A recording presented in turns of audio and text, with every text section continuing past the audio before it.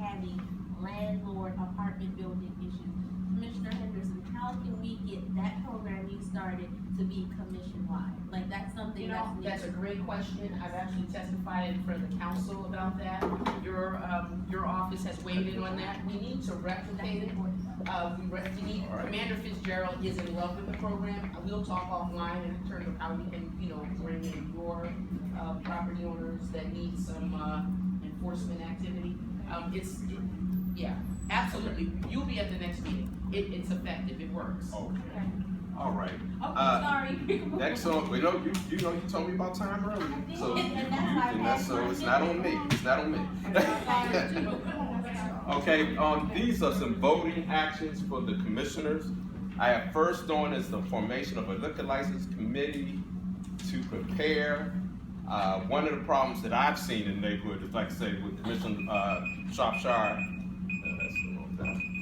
Commissioner Henderson talked about the trash. He picked up the bottles. I just had a thing about single sales, liquor sales. You know, the beer. That is the trash that you're picking up. I think Class B licenses come up for renewal September 30th, and so it happens every 2 years. When I first came on as commissioner, it was a lot of dysfunction. We couldn't get, I didn't think, a proper protest in for one of the ones in my area. So I wanted to start it off earlier. I have heard from some residents who like to participate in this. So I would just like to form a committee that has the residents involved, that we participate in, and that we would just do the research, get everything in a row so when we're ready to protest, we're not rushing, trying to get a vote to say we're gonna protest. We have all the information, the background information. And I quite honestly like residents to participate in it. Because even for me, I think, you know, your input, it ain't just shows something when we go to the ABC board that we did do a little research, and a lot of other ANCs work this way with their committees that look at the liquor license before the protest date comes up. So Class B licenses, which sell beer and wine only, their renewal date is September 30th. I would just like the commission just to agree to form a committee with commissioners and residents. We'd like to have, if we had somebody from every ANC on the committee, that would be perfect. So we can address all these items at the same time as one commission and know everybody's going to support each other in this commission. Commissioner Lewis. Okay, I have concerns with this committee, and the reason I have concerns is from my experience with the neighborhood, sometimes the people who are the distractors will join committees so they push their agenda along. I've had the nightclub, you know, we were successful in getting that closed. We've had Bardo's, which we were successful in getting closed. So if we form such a committee, I want it more for protest versus having individuals advocate for liquor licenses that are not needed. That's where my concern with this committee is, because I've seen people volunteer just to push their agenda. No, this is for protest. Oh, but that's not what it states. It said up to prepare for September 3rd. Well, but it should include protest. If it says protest, I'm all for it. But if it's just like we're going to collectively vote who gets a license and who doesn't. No. Well, I'm sorry for not being clear. I said protest when I was talking. Yes, you did say so that. That's what I'm saying. So no, I'm about protest, and I'm about getting a single sales moratorium in 5 years. Let's work together. So no, I mean, if someone comes to the committee, right, somebody can come in and want to advocate for a license. But hopefully, if the majority of us don't want to advocate for a license. So if we just show a united front, that they can, I mean, if you're a resident, they can come in. Yeah, as long as the focus is right, because I know developers, and I have a ton of developers on both in my SMC. I know developers will have individuals who live in the neighborhood, you know, push their agendas, and that scares me. I don't need another club. You know, we have the restaurants who are good neighbors, and then I have the liquor stores. I just don't want a problem to pop up. But if it's a protest committee, I'm all for it. But just a committee where they decide. And you know, it still comes to the commission. This is just a research committee. It's not they can't pass anything. They're just we're just lining things up for the protest. We're just getting people to work with us to line things up for the protest. It's still up to us as commissioners to put the protest in. I just know with some of the other ANCs, whatever their committee recommends is what is the final decision. You know, you always have your own vote.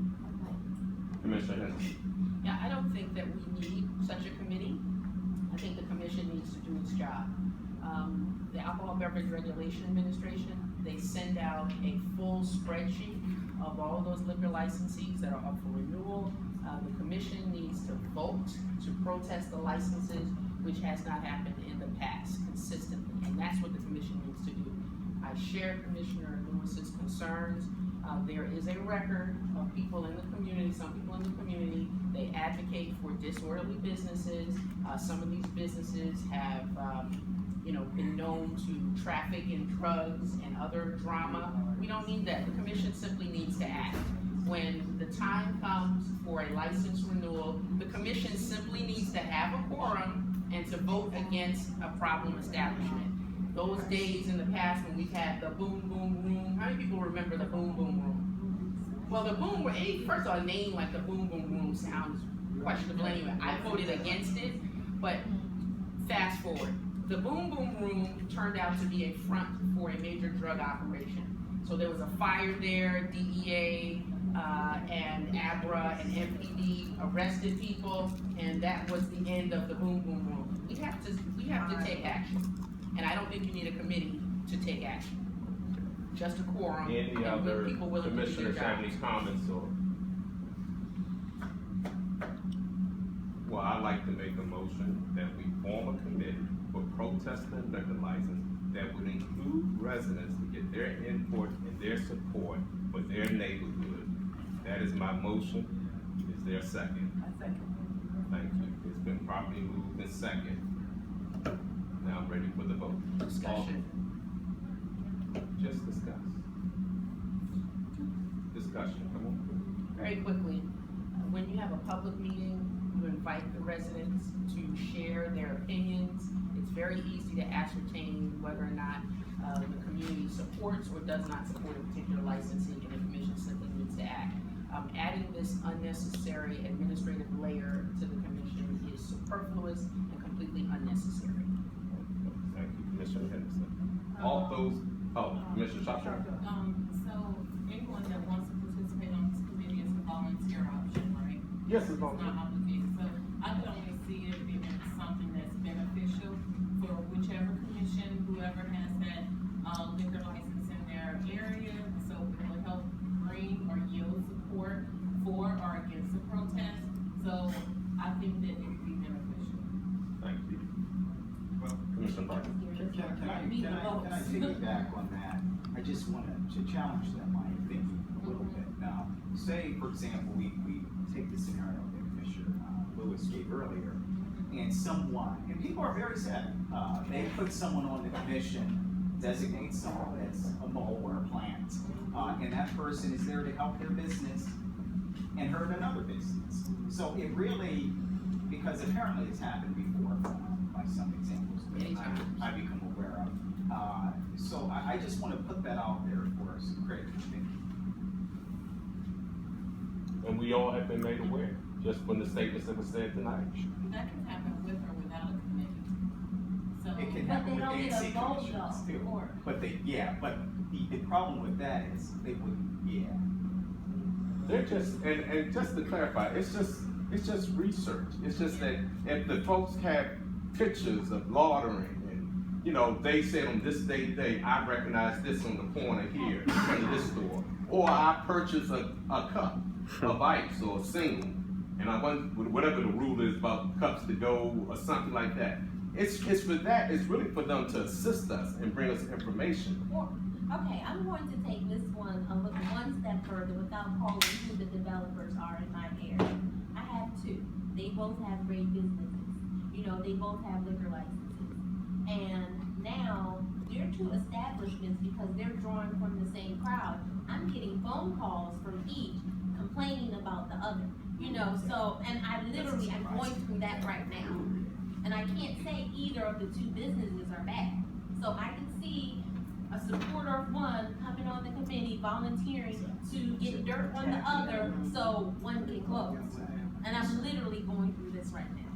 With two restaurants in your area. I'm not gonna say it that far because everyone knows which area I represent, but. And all of them are very popular. I wouldn't imagine it would be a problem. But see, most people wouldn't know that though. It's like, I'm the commissioner, so I'm the one who gets the phone calls, but you wouldn't know that, you know, Okay. unless I said that. But, Okay, Commissioner Blunt? and that's why I'm so concerned about what can happen with this. And like I say, the bottom line is still with us.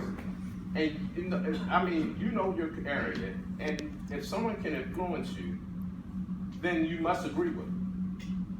I'm not saying someone can influence me. I think, because how I vote off of what my residents want. So if we have a committee and the entire committee is saying, this is what Ivy City wants, I'm going to vote for that, but that's not appropriate if. Her position is though that the research, that if you have plans, the research could be contrived. So if you rely on faulty research, then, I mean, you have a faulty conclusion. So that's what I think she's getting. But you know, it's up for a vote, Yeah, it's up for a vote. It's up for a vote. I just wanted to share that piece. and that's, thank you. All those in favor, signify by saying aye. How many ayes? That's 3 ayes. All those opposed? Opposed.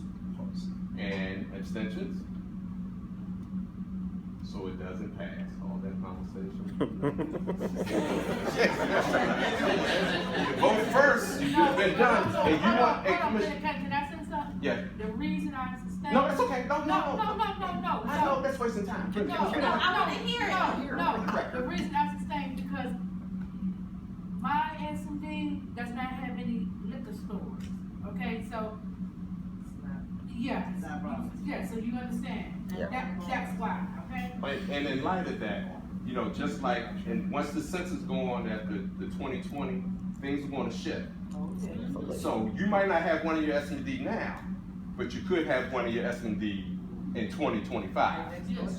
And that's gonna happen, and you know, our neighborhood is growing so much that this ANC is gonna be split, like Commissioner Lewis's ANC is gonna be split. So you know, just think about that when you do these things, because it's 2017. After the 2020 census, they're going to redistrict everything again based on population, and we don't know where we might be. We might be in 2 different ANCs. Okay, next item. Commissioner Sharp, please answer the question. So I invited, Remy Design to come and present on a project that's taking place in my single member district at 1262 Old Brook Terrace. And, each of the commissioners should have a, plans right here.